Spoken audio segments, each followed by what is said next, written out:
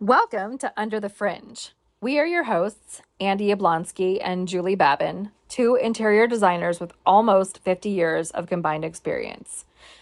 And while we love design, our passion has really become helping the next generation of designers struggle less, earn more, and create more freedom in their lives. We offer a whole host of support options to help you create the structures you need to really thrive and grow. More to come on that at the end of the show.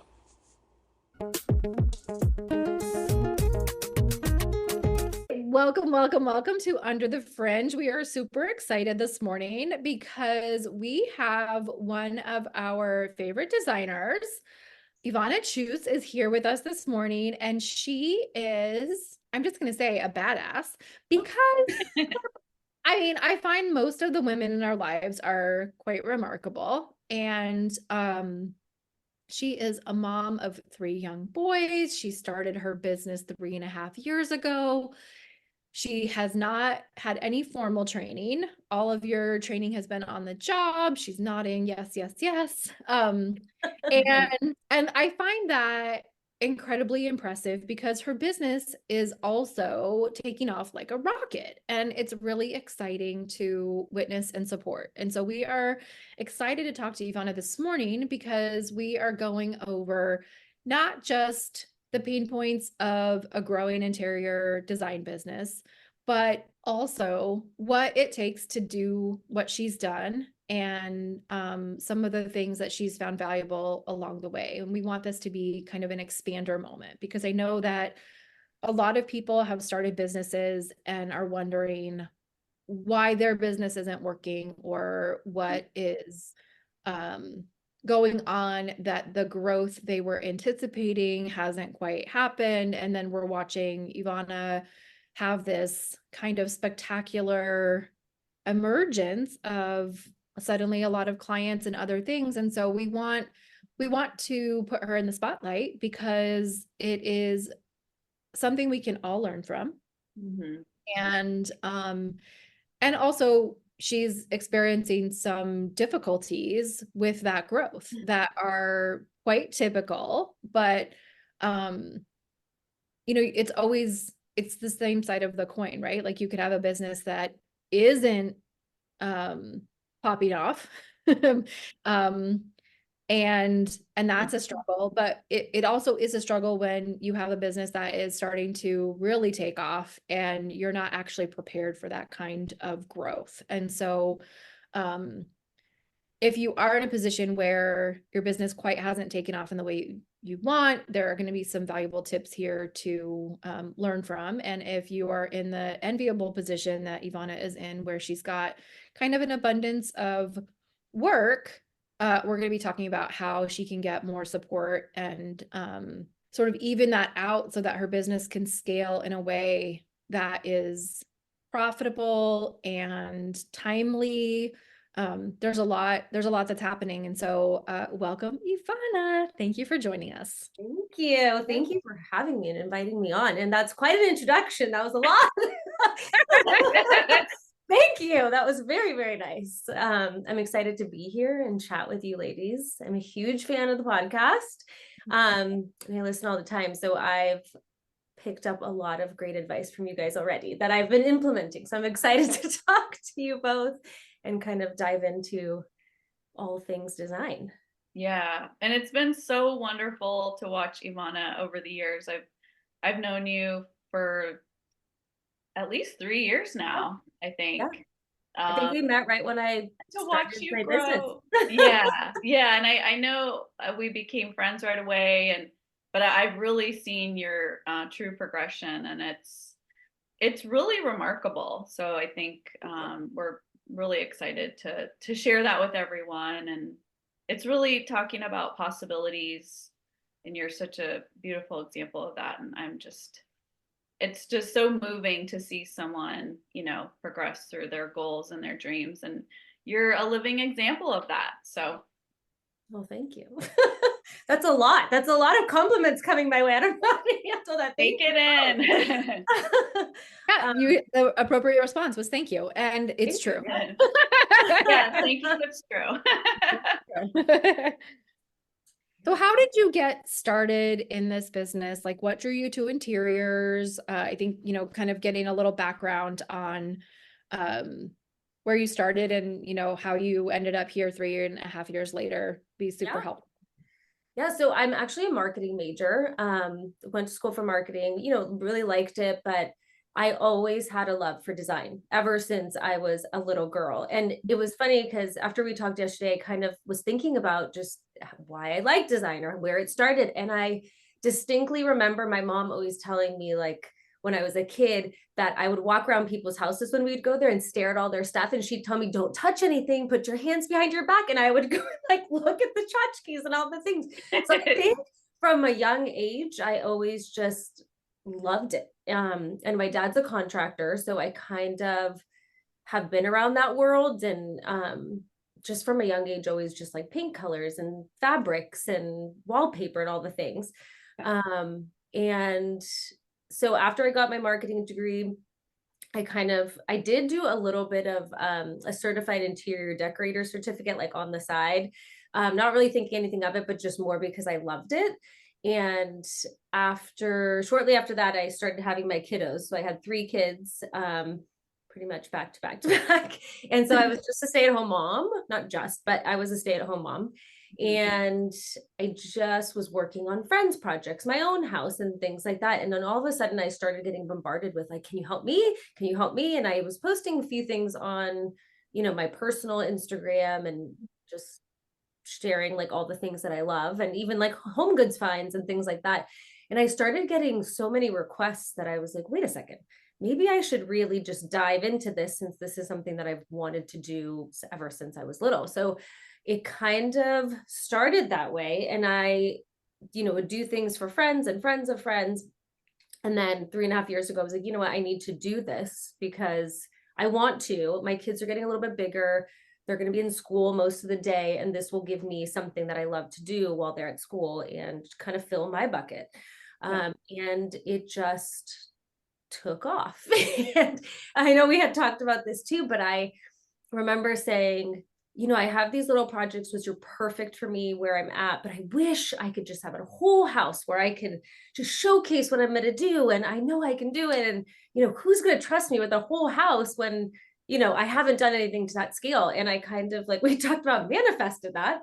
And all of a sudden I found myself with the most amazing clients that I'm like forever grateful to, who are even to this day, like my biggest supporters and are just the nicest people ever.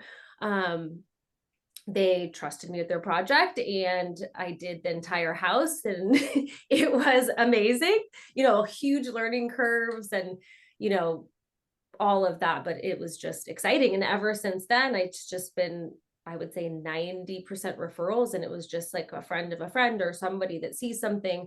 And most of my projects are in my neighborhood, which has been fantastic because, I drive by the projects, I see these people in my neighborhood. So it's been really nice. And it's just kind of taken off from there.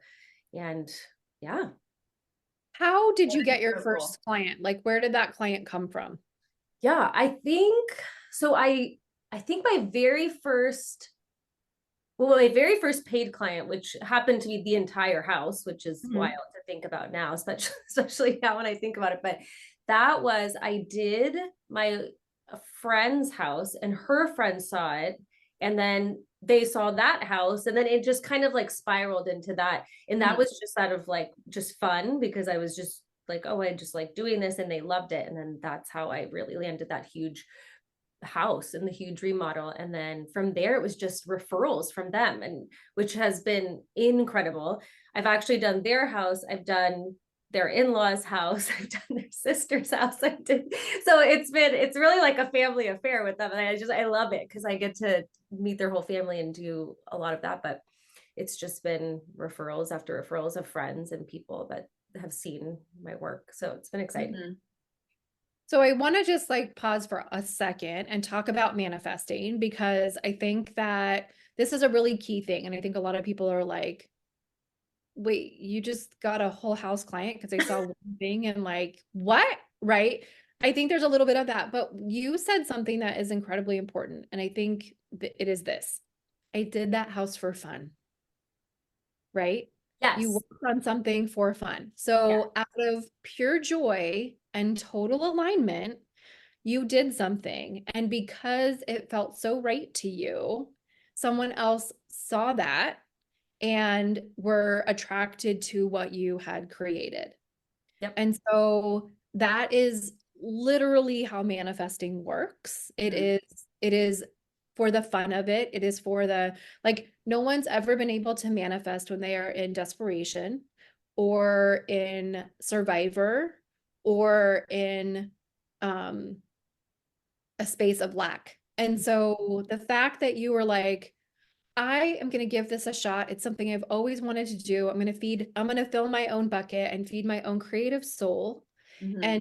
and do this, and that it turned into a business is not that surprising. But I know that a lot of people who are starting a business sometimes are in a position of like, I need to make money right now.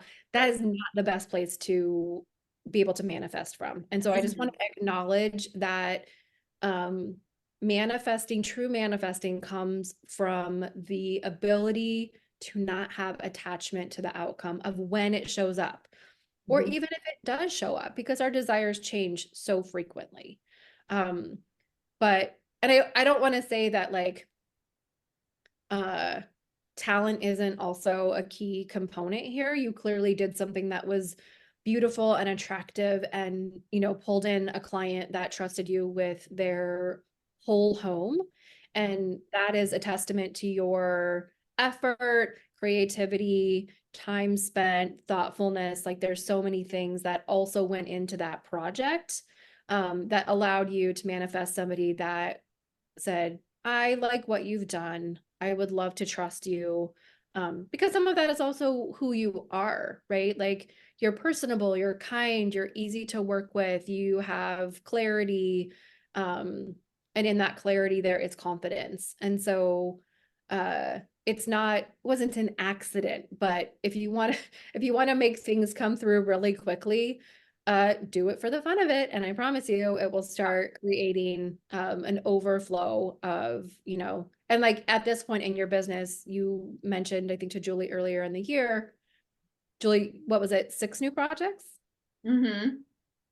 Yes. Yeah, So Ivana told wild. us we worked with Ivana over, like, I guess December and November. We were sharing with her our brand new program and working with her, and then we went into the holidays, and then after the holidays I was saying hi to Ivana, and she just casually tells me, I've got 6 new client inquiries and a new office.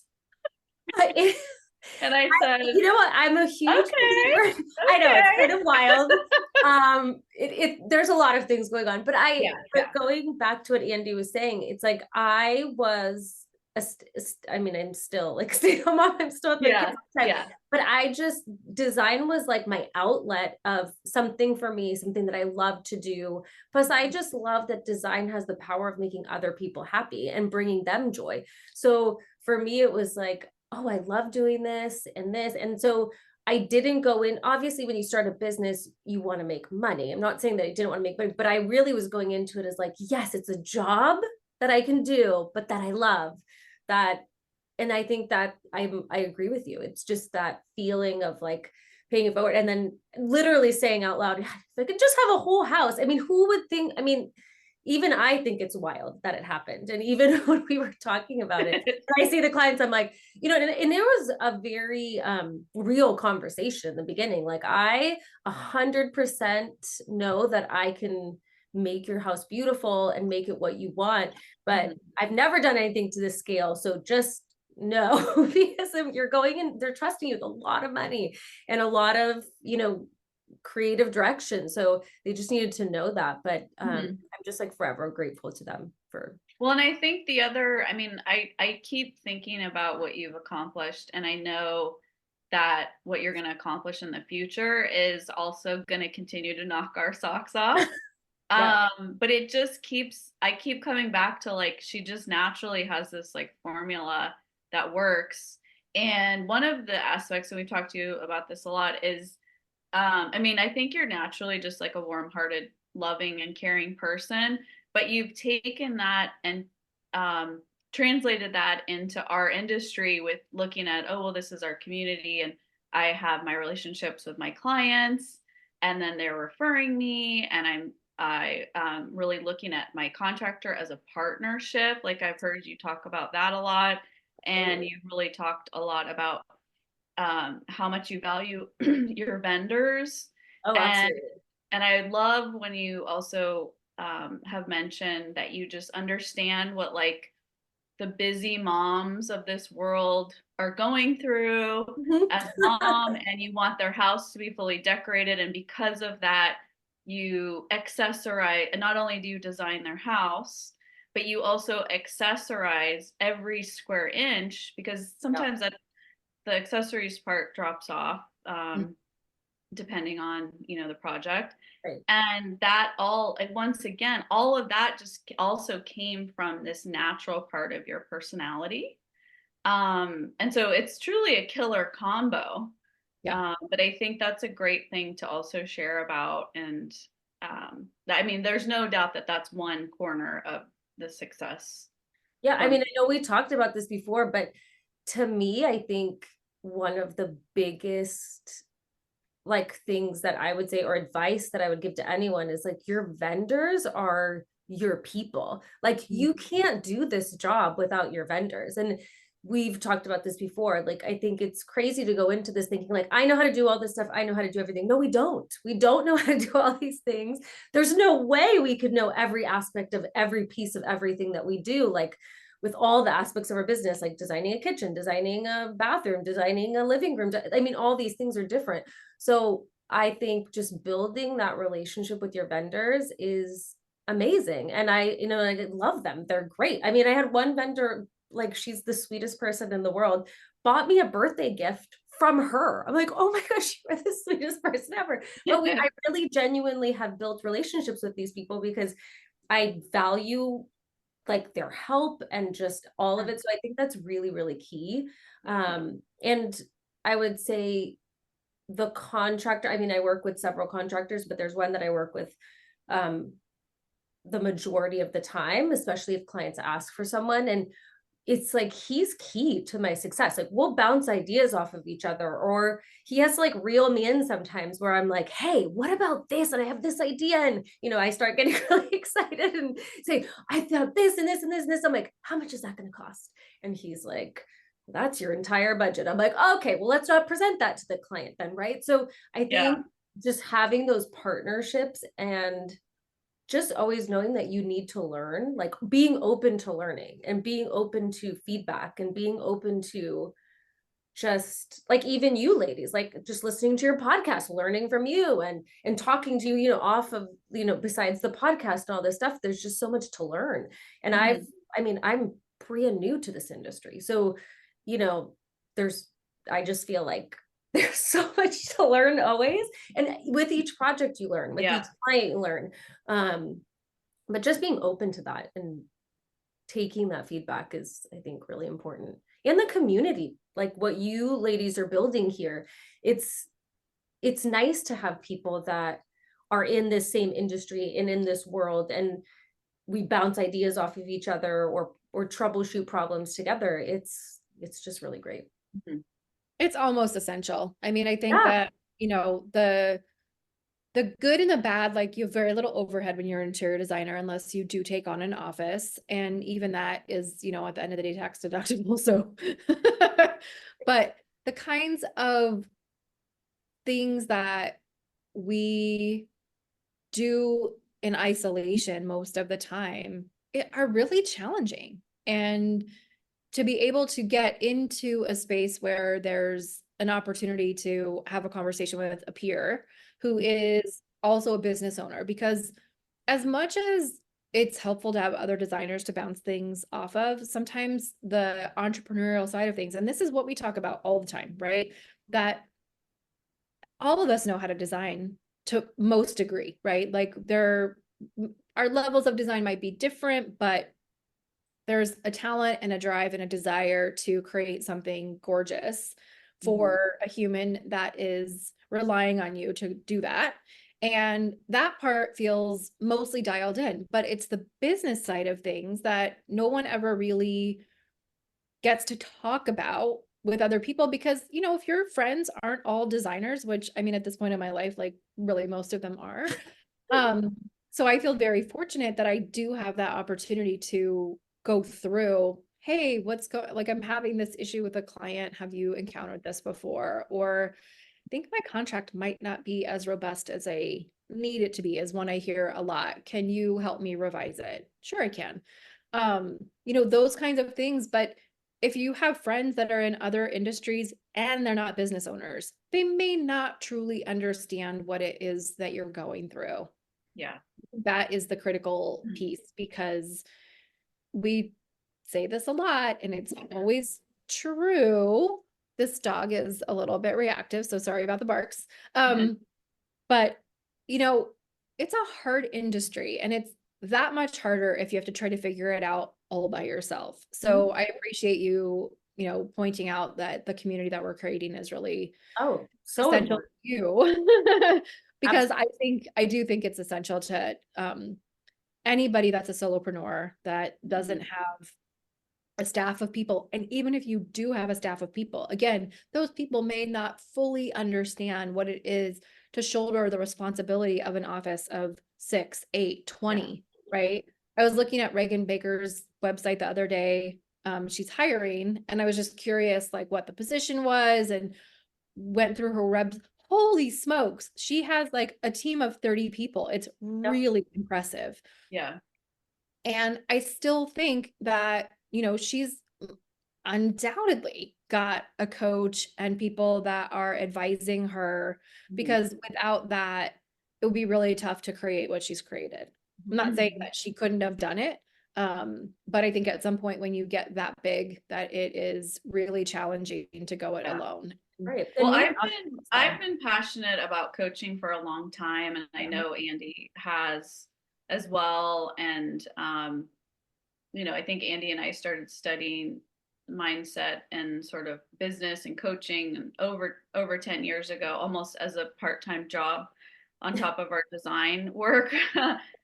So here we are doing this now because we've had a long journey, and I know Ivana is really growth oriented as well. But I remember saying something about, you know, being a coach to one of my family members, and they just thought that sounded crazy. Like, and it was maybe 3 years ago. She was like, that's nuts. Who needs that, you know? And then like maybe 2 years after that, she could see how I was helping like one of our family members through a hard time and get out of his depression and anxiety. And I was helping him, and I was the one in the family who was helping the most. And she was like, "Oh my God, you're so," and I was like, "Just so you know, this is coaching, that thing that you said that you didn't think was so great." But I'm only telling you that story because I'm sure that's the perception. And I just like am so passionate about breaking that down, because when it's an athlete, like someone who's going to the Super Bowl or whoever, of course they have a coach, right? Like we're all about it. Like, oh, that guy's head coach and he has his, you know, coach just for the quarterback and a coach for this and a coach for that. And we know that they have psychological coaches. Of course, if you're going to the Olympics, you're going to have like 3 or 4 coaches for sure, right? And everyone agrees to that. But then when it comes to us, we just go, that's crazy. Why would you have a coach? But also, I mean, think about our business. Like if we're running this on our own, right? Most of us will start into this industry working by ourselves.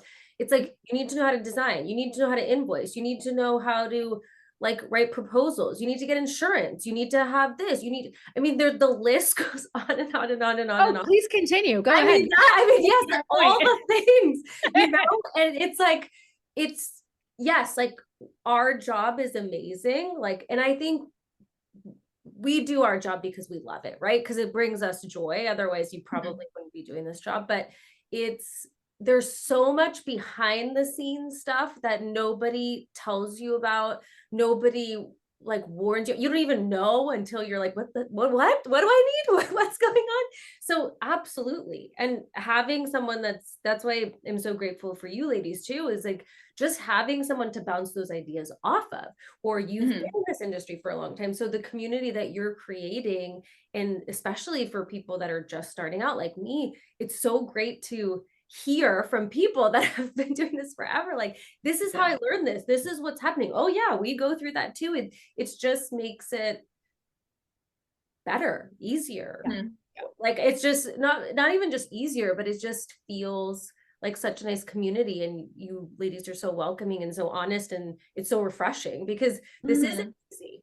Like, you don't, this is not an Instagram like highlight reel. There's so many things that go on in the background that are a lot of hard work. And so it's well, the bottom line is you can, you know, have someone help you build your business. Guess what? You're going to get there faster. To try to figure it out all on your own, completely alone, I can guarantee it's going to take much longer. You know, or you can have someone help you like really understand what the unlocks are all the way through. Andy and I had the benefit of working at an extremely established design company in San Francisco, where we had amazing mentorship. And that's one of our deepest passions of why we're sharing it here. But that's the bottom line. Like, those are the three outcomes, you know, like how fast do you want to get there? Do you want to sink, or do you want to swim? That's what's going to happen depending on your mindset. And that's why we love you, Ivana, is because you are open-minded. And to me, like, being coachable is so important. If you're not open, and like you were saying, always learning, always curious, like, that is such a crucial ingredient. But I also think it's, you know, I mean, you have to be open to learning or feedback, or that doesn't mean that you're going to follow every single piece of advice someone gives you, or that, you know, just because our industry too, like, we all run our businesses differently. So there's no like blueprint, like, this is how you succeed in this business and just follow this, and there's a golden road, and this is how you get there.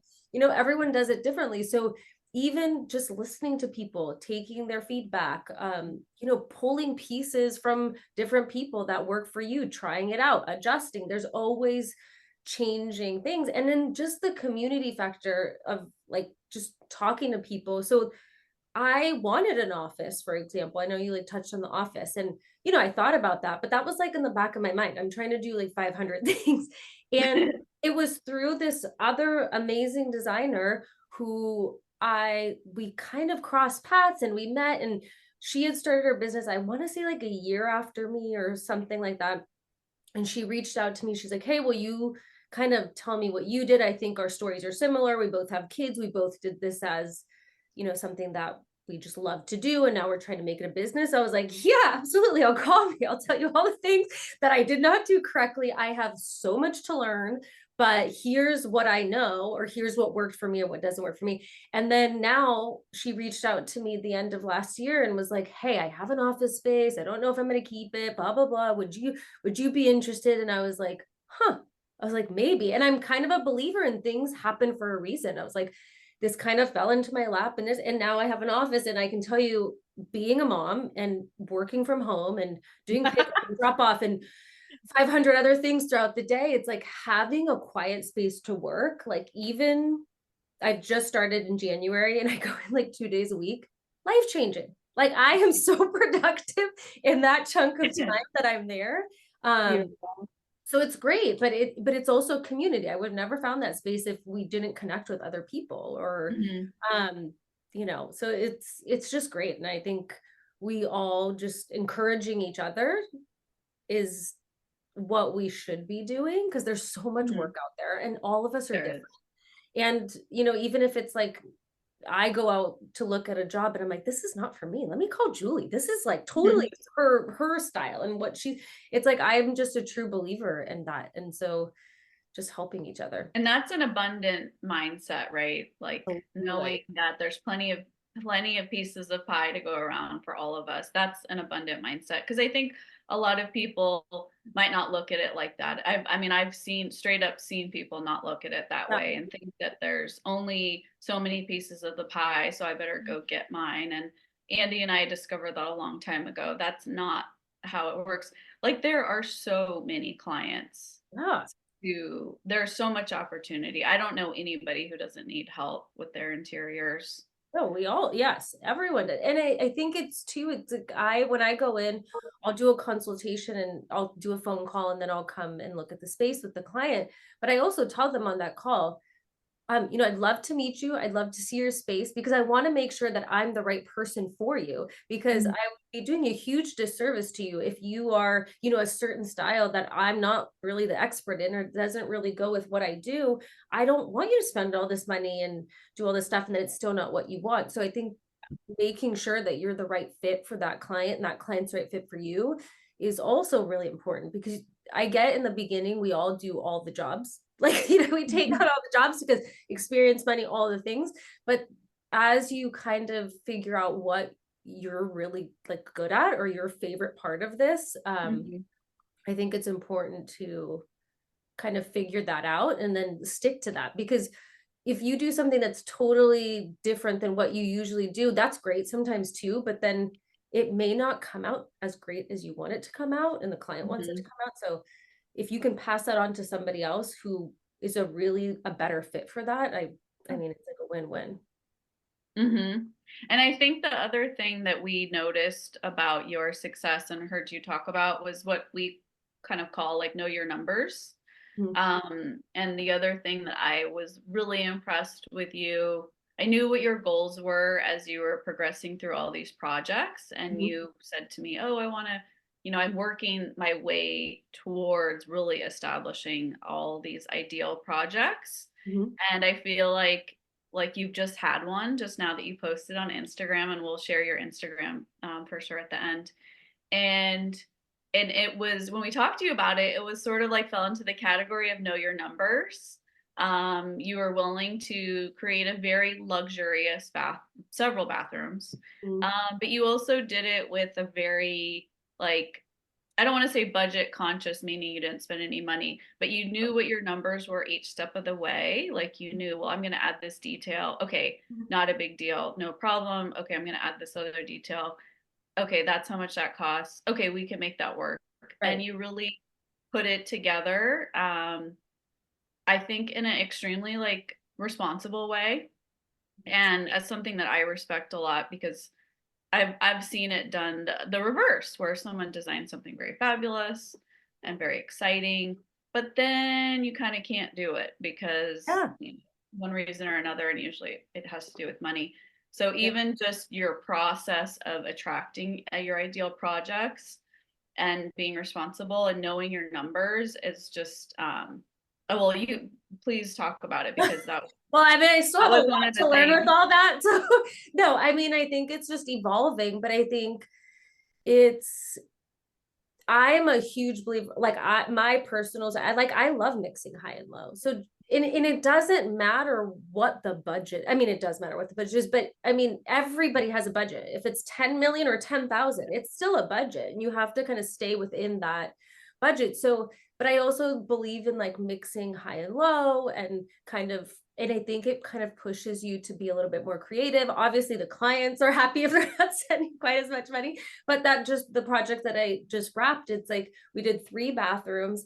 And yeah, like maybe the kids' bathroom, we did a prefab vanity because we knew we were spending, you know, like a bigger chunk of our budget on the primary bathroom. So we kind of balanced it out and it still worked out great. But I love the details, and this client was so amazing and they also loved the details, and she really, like when I would show her pictures, she would get really excited. I'm like, oh, she gets it, she loves it too. And so, you know, she had the budget to go that extra mile and add those little details that really, you know, make this project special and different. And so I was lucky that she understood that and kind of understood why we were spending, you know, a little more money here or a lot more money here. And maybe like, this is why we're going to scale back here so that we can kind of balance it out and make it work. But well, I think I feel like there's so much to learn there too. I wouldn't say I'm an expert.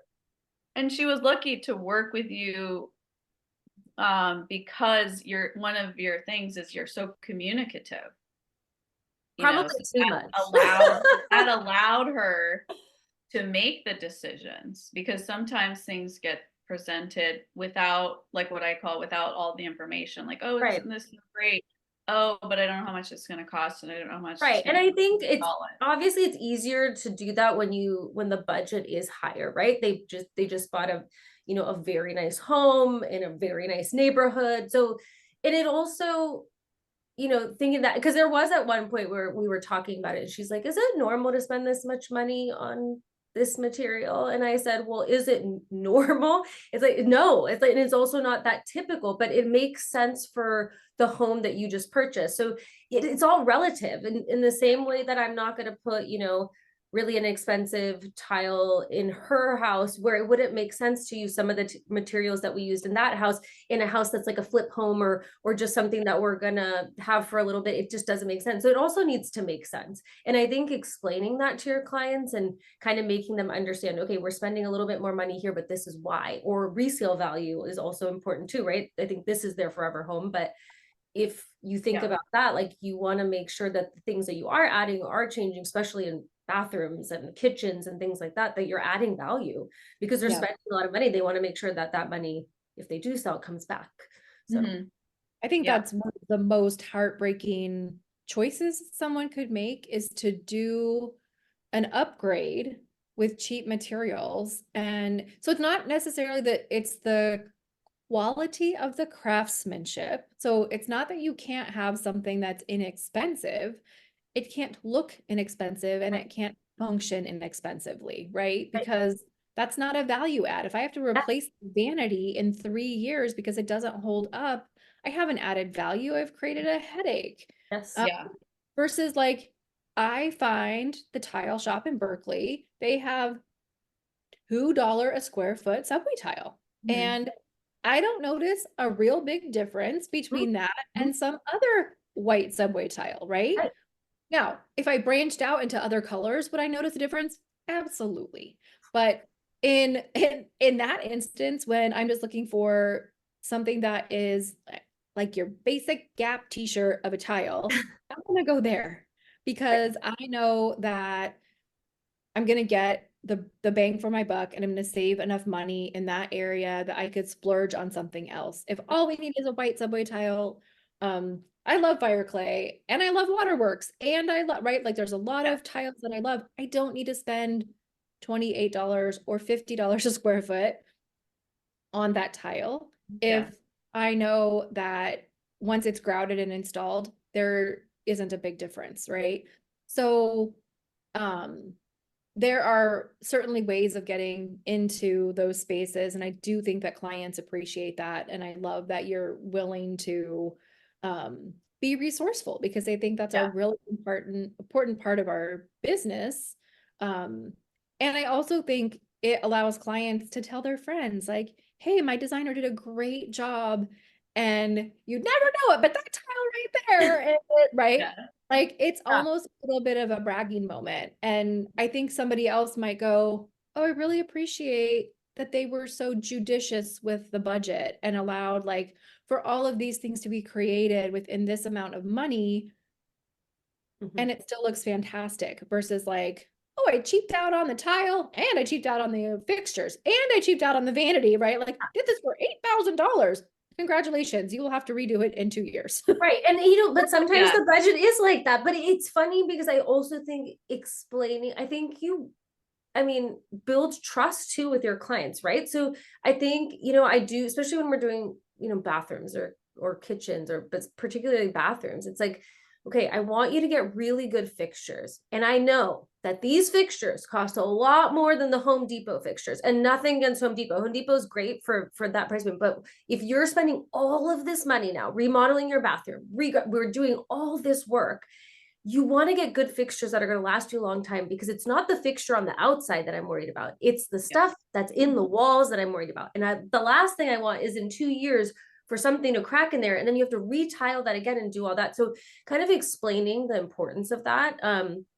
And a lot of that was like me learning, right? So I would go to my vendors, I would ask a ton of questions. I would try to know, obviously not everything, but like I would try to get that information because it's not, obviously people are like, oh, designers just want to spend your money. Well, yeah, we do to get you what you want. But then at the same time, it's like, there's a reason why I want to spend more money here or more money there. Like I just am working on a project in San Carlos, and from the beginning of the project, it's a big project and it's like the entire house. So we're talking about it. And I was kind of explaining to them, I was like, okay, we don't have to spend a ton of money on these light fixtures or these light fixtures, but just know that I'm going to spend a good amount of money on those kitchen ones because they're the center of your house. They're what you see when you walk in, whatever. I'm like, it's the jewelry to the outfit. Like you have to get it right because it's like what's going to make the whole. So explaining that to them and kind of walking them through, like, here's where we can save. Here's where we need to splurge. Or even if we're doing,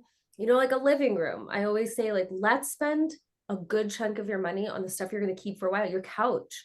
I don't want to order something online. I want you to go somewhere, sit in it, feel that it's comfortable because you're going to be spending more money on it. And then if we have to do, a little bit of a lower budget rug that you might have to change out in 2 years, that's okay because your couch is still going to be here. But and a lot of my clients too, and I know we've talked about this before, as I love working with people with kids because I have 3 boys and they're rough on my furniture and they like, I kind of know I'm in that world.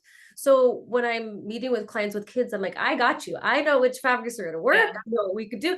And I think that also builds the trust. And then this is kind of a side note, but we had talked about it before, is your relationship with like the contractors, especially if you're doing something that's like a longer, well, always, but especially if you're doing something that's a longer build, is I know that a lot of contractors will say, oh, I hate working with designers, or like they're just annoying, or whatever. But I always approach it with them like, hey, we're working on this together. I want us to work as a team. I want this to be a collaborative effort because I can have the best idea, but if I don't communicate it correctly or if they don't execute it correctly, there's no point in me having the idea, and vice versa. So we will always sit down and I'll say, here, this is my plan. This is what I'm thinking. What do you think? Do you think this will work? Or do you have any suggestions? And just not having, that doesn't mean you're going to take every piece of advice that person gives you, but not having an ego about it. And if their layout or certain thing looks better, then let's go with that. And let's make the project the best project it is, and not just worry about like, well, that wasn't my idea, or I don't want to do that. It's just, you just have to be, in my opinion, collaborative about it and let the experts kind of guide certain things. And then you make adjustments based on that. And I think that that's been a huge part of why my projects, the ones that I do have that I'm really proud of, like, turned out because I did take the advice. I did learn, especially the first project I did. It was like a whole house. I mean, there were so many learning.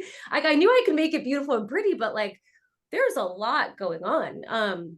So yeah, navigating that, but just taking feedback, I think, is super important. Yeah. And like your contractor, the contractor is 100% part of the team. It's like when people are accepting some award or whatever, and they always say, I couldn't have done this without my team. And I think and the contractors don't know, they're not used to being treated that way. I mean, as a whole, but it's so true that it's like an ego-less space to be in. And I love that you talk to the contractor in advance of your client presentation, and instead of the other way around, right? Like, I think that's very intuitive and very smart, and it's going to lead you to so much success, because we can't do this without each other. I do feel the exact same way too. Like I love asking them, for their advice, and then I know what to leave and what to take, of course, with a grain of salt. But it's so crucial, and I always try to encourage the team oriented. I think most people aren't used to being treated that way. Everyone kind of just shows up on the job. Well, it's my job to install this tile, and it's my job to. Right. And I'm with you, Ivana. It's like, no, we're all in this together. And I Let's love make that you attribute that to your success. I think it's a really Oh, important yeah. acknowledgement.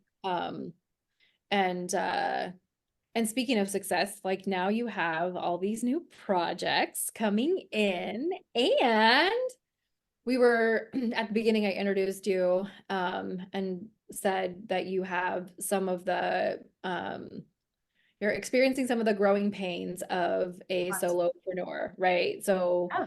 6 new projects. I don't know if you're even taking all of those projects or what your process is for vetting. So talk a There's a little bit lot. about like the predicament that you find yourself in with this influx of work.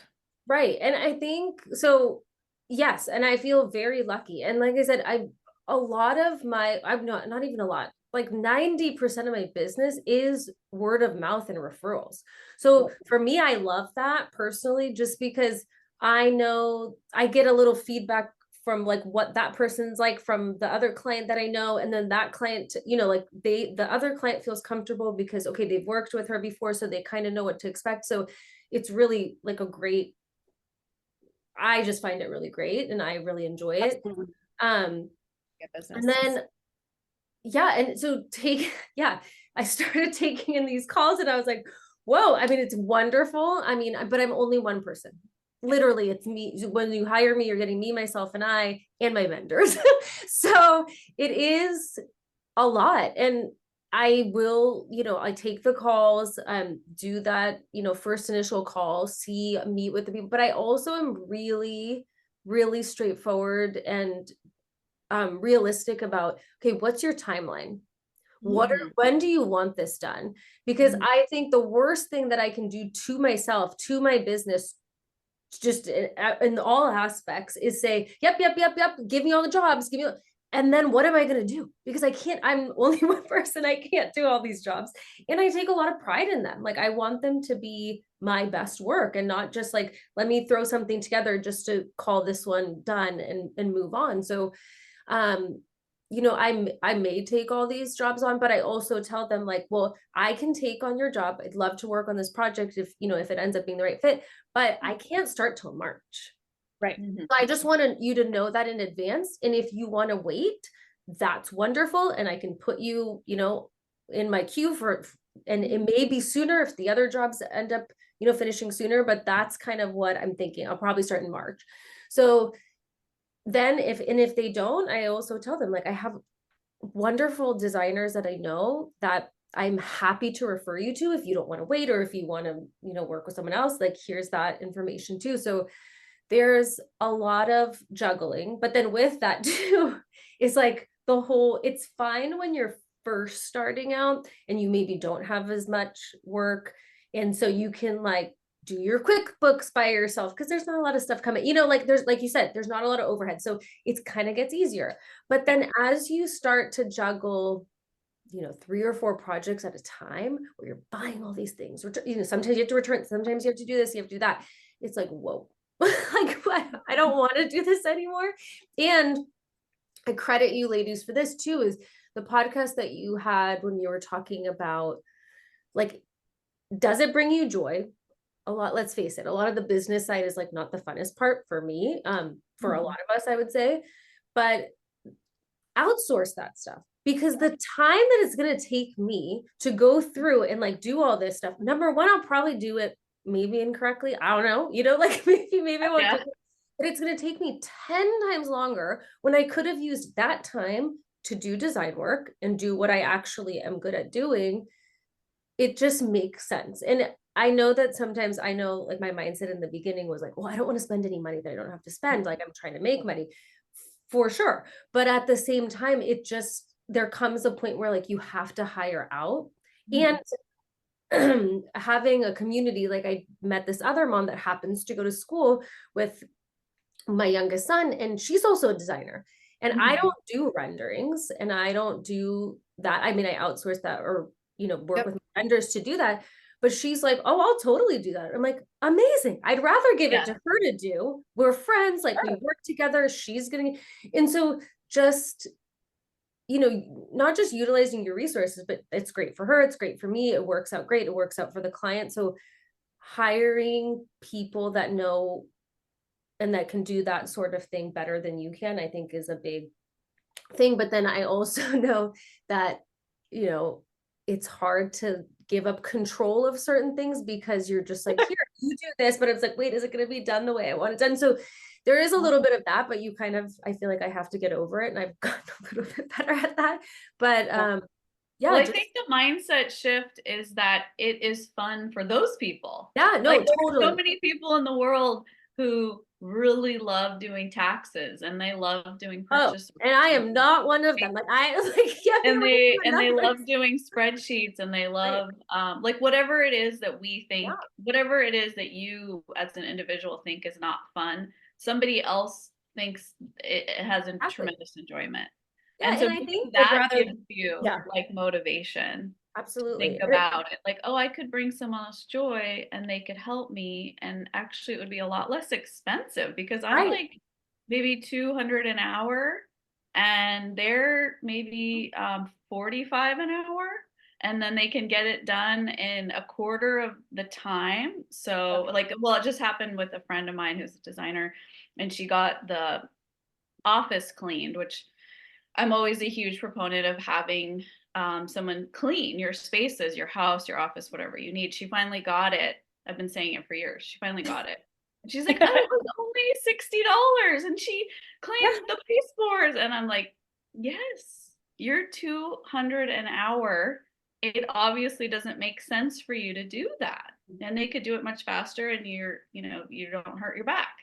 Yeah. And we were talking about those people enjoy it, right? So we were talking about that too. And like where I'm at, like I have 3 kids. I want to be present in their lives. Like I'm there for drop off in the morning. I'm there for pickup. I'm there for homework. Like I want to be present. So it's and then you start to realize like, wait, I can't do these things. Like I cannot do, even though I want to do all these things, it's like a trade-off. You're either going to do this or that. Like, and I don't fully believe in balance.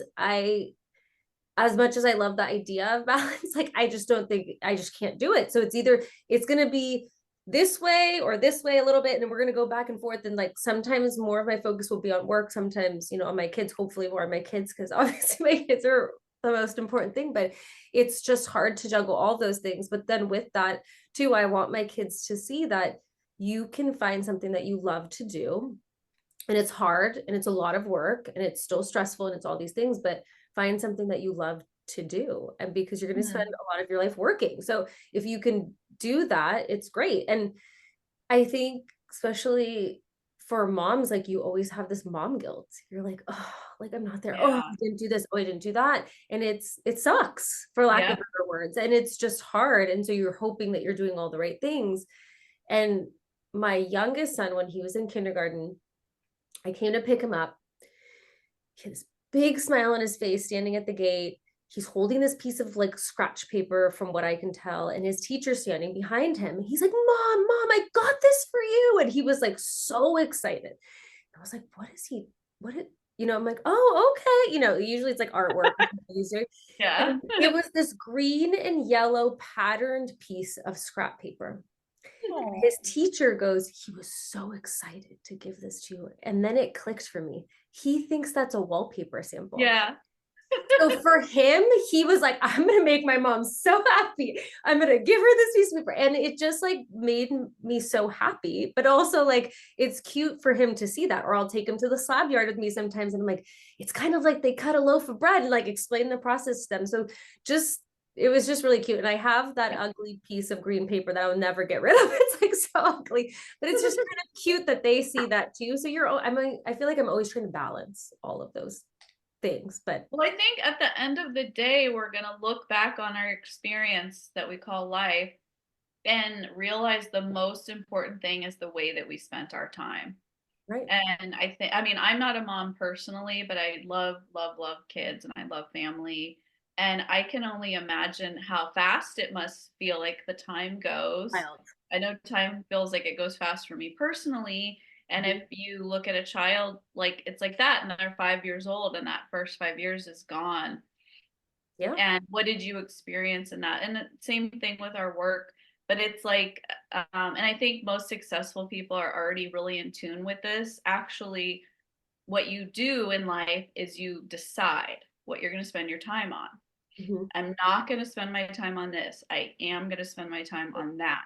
And that's sort of in simple terms, but that's really what it comes down to, whether you're building a company, a new company, like Andy and I are putting out this new organization together. We decided to do it, and you realize in those decisions, or you, Ivana, I decide I'm always there for the kids pick up and drop off, and all of these things that we decide to spend our time on.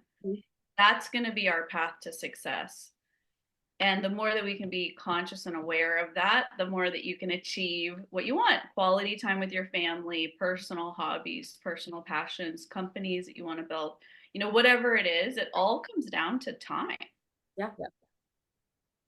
It's harder said than done because time just happens, right? It's stuff just, so like, unless you're super conscious of it and they're like, I need to make these decisions, I need to figure this out, which is part of the reason why I got the office, because I have an office in my home, which is nice, like my room, but then it's also hard because my kids just see me whether it's on the computer or on my phone or whatever. It's like, oh, well, she's always working, because even if I'm just scrolling Instagram, because that's how I relax, or looking at Pinterest, to them it's working, which I guess it kind of is. But right, when your passion and your job kind of like, coexist, it's great. But then I want to make sure that they know that I'm not just working all the time, or that they see that. So I think that was like a big reason why I got the office, because I'm like, okay, if I go there and I focus and I'm not like throwing in a load of laundry while I'm writing an email and trying to do this and then nothing gets done, because a little bit of everything gets done, it's super helpful. But then a little bit of everything and yet nothing gets done. I mean, I think that's Totally. so wise what you just said.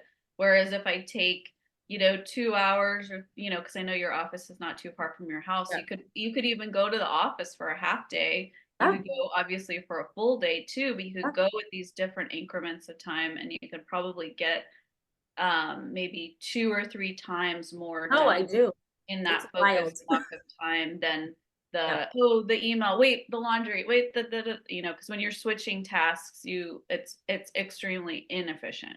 Right. Yes. And when I'm home, I want to be present. Like when my kids are asking me a question, I don't want to be like, hold on, I need to do that, and we all do that as parents. And it's just not the best feeling when you feel like you want them to know that they're the most important thing, but you also have to answer something. It's kind of nice to have that. For me, it's been, even though it's just been a month, it's been so great having that space and going there and focusing, because I feel like it helps me stay on task. And it's so amazing, because I know we talked probably last year about maybe hiring an assistant, and that sort of felt too difficult at the time. But in a way, the office is assisting you, right? Well, so I think Julie and I had talked about this. Yeah, like we've talked about this before. And I, like, even when I talked to you probably like last year, when we were just chatting and whatever, I'm like, I'm so like all over the place. Like, I feel like I don't even know. Julie's like, what do you need help with? Like, I can help. I'm like, I don't even know. I don't even have the time to figure out what I need someone to help me with, or the time to explain to that person. So I think this year particularly, it's like really streamlining processes, because you need that foundation there to grow, or to figure out if you want to hire someone or do something. So I think taking that time, and I know you've both touched on this on your podcast, when you were saying like, well, when it is slow time, take that time to really like dive back into your business side of your business and figure out how you can do things, which, December was, people are with their families, people are on vacation, whatever. And I needed a break too. So it worked out well, but I did do some of that, because you need the time to work on the business side as well as all the fun design. Yeah. You got to block that time in, because otherwise the business doesn't run itself. And it can often run you if you are not keeping the reins pretty tight. And so I don't think you were a part of our visioning exercise. And I don't know if you've done that practice yet, but just understanding, like, if I have 20 hours a week to work, I need to carve out part of that 20 for doing business things, and that you're working on the business and not in the business, right? So because you're both the CEO and an employee as a designer, and those are two roles that you cannot outsource. I mean, you could outsource the design, but that's the fun part, right? So it doesn't Yeah. sense for a lot of people to outsource that part. But it is challenging. And so, getting things off of your plate, creating that waiting list is super smart. Um, and I mean, I don't think there's ever been a designer who was like, well, I've got a waiting list, and somebody was like, ooh, in demand. Okay, I'm excited, right? Yeah. Because they suddenly find value in somebody that has a wait list. And it's sort of like being too available for the guy that's calling. Um, Right. it's I really despise those, like, love games and sort of manipulation. That's not my jam. But in this instance, it is a real thing. Like, you are in fact in demand, and somebody is like, oh wow, that's so exciting that you are in demand. I get to be a part of this business. I get to be a part of your clientele. Right? Like, there is a perception of value, and it's real. Like, you've created a wait list because people want to work with you. And I think that's so exciting, and it's a big thing to celebrate. Um, Happy 2024. And, I think the other takeaway as we start to wrap this up is that you have to have those processes. Like, the wait list is fantastic, but in order to take on more work, and be able to schedule it effectively, there are some things that you're going to have to dive into, like projecting all these different fees and understanding, like, maybe layering in one of these projects that you're like, I can't take you until March, but actually, like, next week I have an opening where I could actually start that thing, because it's a littler project and it doesn't require as much oversight. I could get it going and fold that in. Whereas somebody else, you said March, and you're like, oh, it's actually March 25th that I'm putting you on my calendar for, because I need these 5 weeks in order to really wrap up all the other stuff. And so here are your programming documents. Like, fill these out, get them back to me. I will start on this, but in the meantime, like, you do your homework, client. So, I mean, there's a lot that can be done in that waiting space, and people feel like their projects are going even though you're not working on them, right? Right. Um, It's just hard though. Yeah, and I just, and I've definitely taken on, sometimes more projects than I should have, for sure. And then I'm like up until 2 a.m. like working, or I'm trying to do stuff with my kids. So then I'm like up till 2 a.m. working. And it's like, that works for a little while, but that you just not sustainable. cannot continue that forever. It's exhausting, and it Yep. doesn't make it fun. And you want to create your best work. So Yeah. I mean, like I said, I still have so much to learn, and not that I have all these processes dialed in, because I absolutely do not. But it's just a growing, you just learn as you go, and you try to adjust and make it better every time. Yeah. But yeah. Yeah, we always say 1% better each time you go through something and reflect back. Like, we were just talking to someone the other day who reflects back on each, like at the end of the project, goes and does an audit, as opposed to waiting till the end of the year, or maybe not doing it at all. Totally. But it's so important to go and look back at that. And the thing that I always learned about that with the 1% better is it allowed me to not get stuck in perfectionism, which is a place where you sort of are basically just beating yourself up. Like, if you sort of wrote down what you were thinking, like if you literally wrote it down and you went, oh my God, I talk to myself like this, I wouldn't even talk to anybody like this. But that's sort of the danger of perfectionism. And I think so each time something ends, it's so easy to just go, oh, I'm disappointed with the way that one thing went, but 99% of it went great. You Right. kind of beat yourself up. But so Andy and I had this system where, okay, well, 1% better. Okay, so next time, because there's always the next time. And what we see, they don't see, like the stuff that bugs us. Yes, get better at it because you will become a better designer, but also people don't see it. Right. Well, for the most part. not always, but I love the 1% better. And then as Andy says, if you do 1% better every day, just every day, Yep, it adds in up. 365 days, you're 365% better.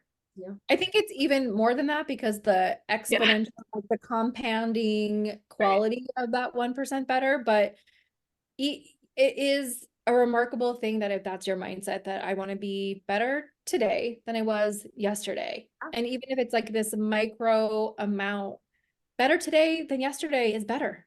Yeah. And then better tomorrow is still better. And so like by the time you get to the end of your year, you've improved your processes, you've improved your flow, you've improved your cash flow, you've improved your available time, your free time, and then you've improved not just the quality of life of your clients, you've improved your quality of life. And I think that that's the goal. So I hear you on the balance thing. I remember Pima Chodron saying balance is like having one foot on an ice block each in the ocean, right?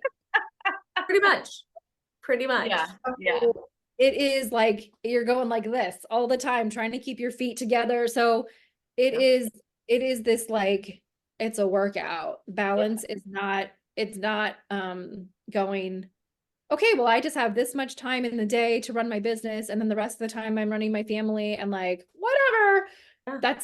That's not a realistic function of either scenario, because you're going to have a sick kid in the middle of the day that's going to interrupt your project time. You're going to have a project thing that happens after pickup occurs that you're all going the to time.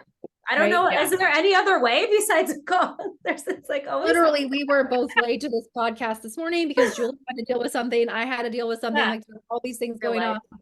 And so we I had to appreciate make a your- 5-minute phone call to my client because they were on site and there's some tile going in as Yeah. we speak. And I had to text you too and just say, I'm so sorry. I had to get off with them, but I just wanted to make that quick point of contact with them. And it was literally as we're supposed to start recording this. And that's the way it goes a lot of the It time. is. So yeah. I mean, I said this in our very first podcast and I'll just reference it for the rest of my life, but it is like a circus performer that you're like juggling all kinds of crazy things. And at the end of this, like the only thing that I think really saves my sanity is that nobody dies in this scenario, right? Like I'm not a brain Yeah. surgeon. I don't have to worry about keeping anybody alive except my dog and myself. And like, but there's no furniture emergency where, oh, cardiac arrest, right? Like the only heart attacks I really allow in business is like, I'm having a heart attack because this is beautiful.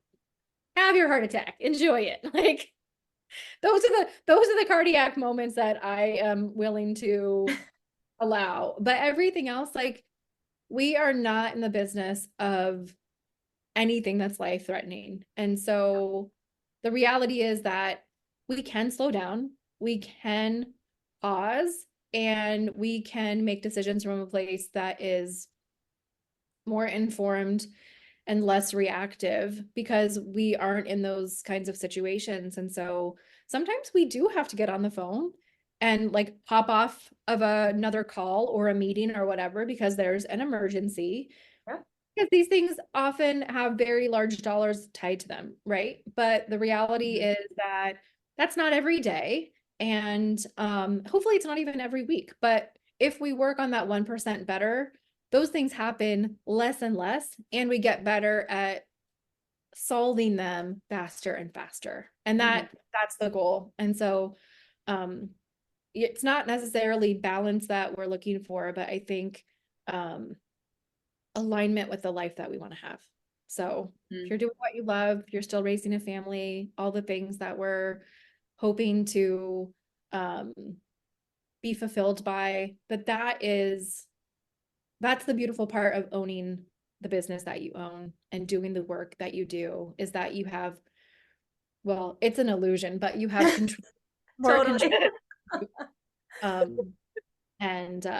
And so thank you so much. This was so fun and exciting to have you and hear about all the successes that are coming your way. And I think we'll do a little check-in later this year to see Like, what have been your wins? Where are things going? Like, how have you solved some of the pain points that, again, as a growing interior design firm that went from a hobby to a business, you are really establishing yourself as an authority in your area, and you've created trust and engendered a lot of people that want to see you succeed, which is beautiful. And so those referrals aren't going to stop. And so how are you going to manage the business moving forward? So I think I'm sure those are questions that are on your mind. I mean, love you ladies, and thank you for all of like just everything. But I think it's really important too to just say, like, yes, my first project, for example, was this big house, right? And it was this whole thing. But if I really took a step back and looked at, like, of course they paid me, and of course, all the things, it's like, you have to realize that it isn't like an overnight, like I made all this money and it's like, there's so like, that was if I really like calculated how much hours and blood, sweat, tears, like all the things you pour into like the projects, it's like you learn from those and grow. So it's like, it isn't an overnight thing. And like I said, I'm still not there. It's like a growing. I think it's easy for people to like look at Instagram or look at, all of the stuff that we do and be like, oh, they're amazing. And it's so easy for them. It's like, no, it's not. It's like, there's such a process. And I'm lucky to like, I love, this is why I've told you guys before, I love your podcast, because you guys keep it real. You explain all these things.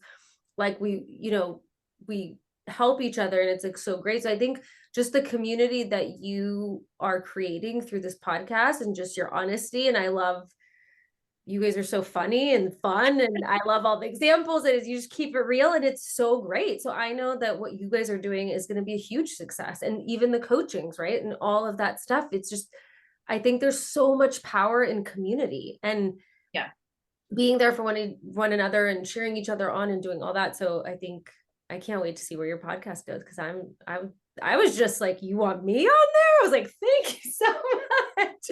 I feel she's too humble, everybody. I mean, I'm excited to be a little part of it. So thank you. We can't wait to hear from you and the way that you're going to maybe possibly soon be raising some of your rates. Yeah, I did this year. Bravo. Yes. You did? I did. And wow. I did. I love how I'm like, I did. And it's funny because there's always like hourly rates. This is like a whole different conversation, but hourly rates versus, flat rate fees and that. And, I started out at flat rate, and then I went to hourly, and then I'm like back at hourly. It's like, it's trying to figure it out. But I think with the experience comes, it's like Andy talked about, like, so yeah, all those things. That's like a whole separate podcast that you've already. Yes, we can do that next time. Yeah, the value of like, even if they know what your hourly rate is, what does that really mean? Like, you've talked about that. It's like, well, yeah, my hourly rate can be $10 million, but how much is, I don't know. That it's not really relevant. Get done in an hour. How many hours it's going to take you to finish the project. So all of those things, but yeah.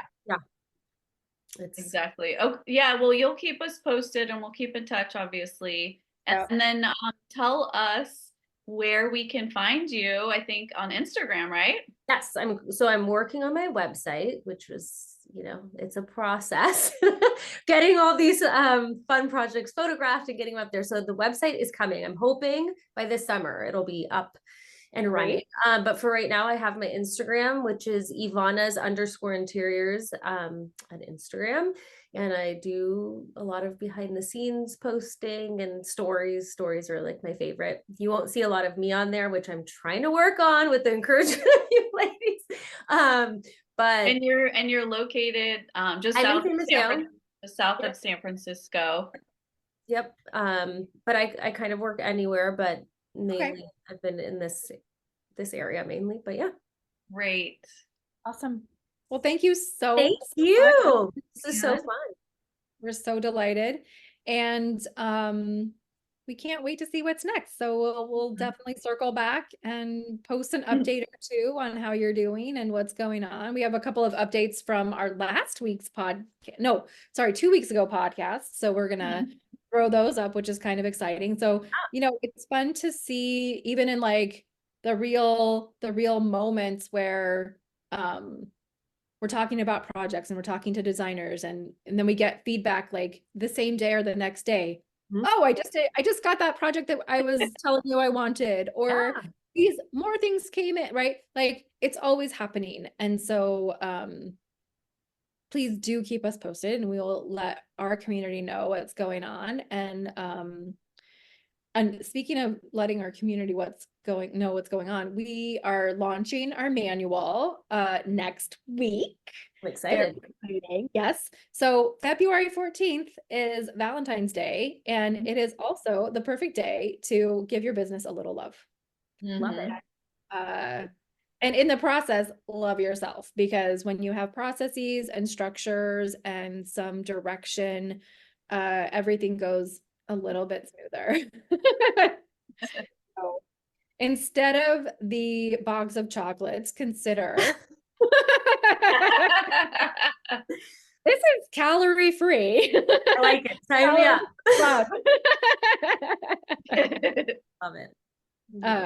All right. Well, everyone, have a great day, and we will talk soon. Awesome. Thanks again. Bye. Thanks for listening and being part of our community. Speaking of community, please head over to our website and sign up for podcast alerts and blog posts. And if you're looking for more resources to up-level your business, create more time in your schedule, and improve your profits, we have a blueprint for your success that covers mindset, systems, business, teams, and tools. Think of us as your unaccredited university. Visit us at under-the-fringe.com and tune in next week for our next deep dive on creating more freedom and less struggle.